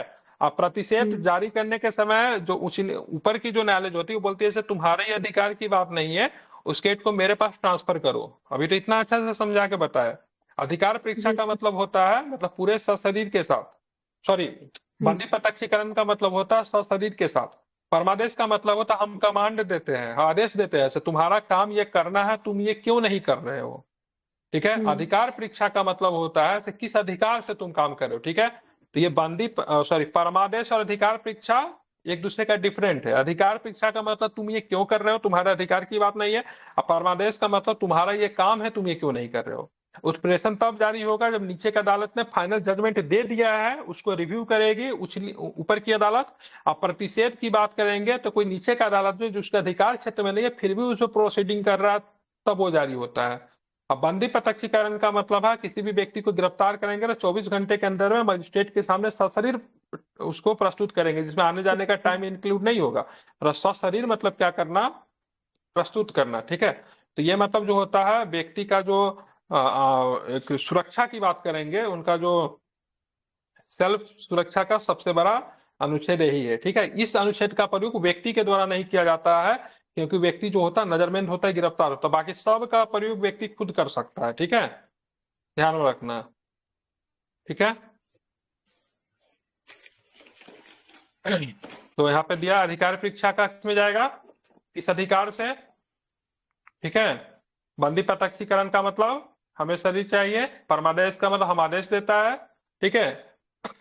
प्रतिषेध का ऊपर भी जस पर है, प्रतिषेध का मतलब क्या होता है? अधीनस्थ न्यायालय के लेख होता है, रोक देना उनको। और यहाँ पे उत्प्रेषण का मतलब होता है पुण्यता सूची करे, बी मोर फुल्ली इन्फॉर्म्ड, ठीक है। और इसी के साथ फंडामेंटल राइट पूरी तरीके से समाप्त हो गया। अब इतना अच्छा से पढ़ाने के बाद भी अगर फंडामेंटल राइट से प्रश्न अगर गलती हो जाए, जो कि प्रीलिम्स में एक नए क्वेश्चन